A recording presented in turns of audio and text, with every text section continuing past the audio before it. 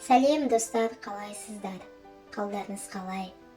Егер де сіздер брокколи жеуді мүлдем ұнатпайтын болсаңыздар, онда міндетті түрде осы рецепт бойынша жасап көріңіздер. Өте оңай, бюджетный рецепттің бірі. Бізге брокколи керек. Брокколимізді жақсылап жуып, одан кейін оны қайнап тұрған суға 5 минутқа пісіріп аламыз. 5 минутқа пісіріп алғаннан кейін оны ыдысқа салып, бізге 5 жұмыртқа керек болады, 200 миллиграмм сүт керек болады, тұз, бұрышымызды бәрін салып, жақсылап араластырып аламыз.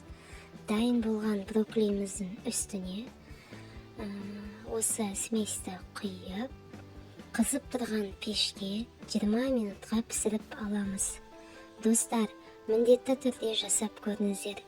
Егер де менің рецепттерім, жасап жатқан рецепттерім ұнап жатса, лайк басып, мені қолдап кетсеңіздер болады. Сіздерге көп-көп рахмет. Сіздердің әрбір мені қолдап, лайк басып, комментарий жазып жатқан әрбір жанға мен рахметімді айтам. Менде әлі де әрдайым неше түрлі осындай рецепттермен бөлісетін боламын.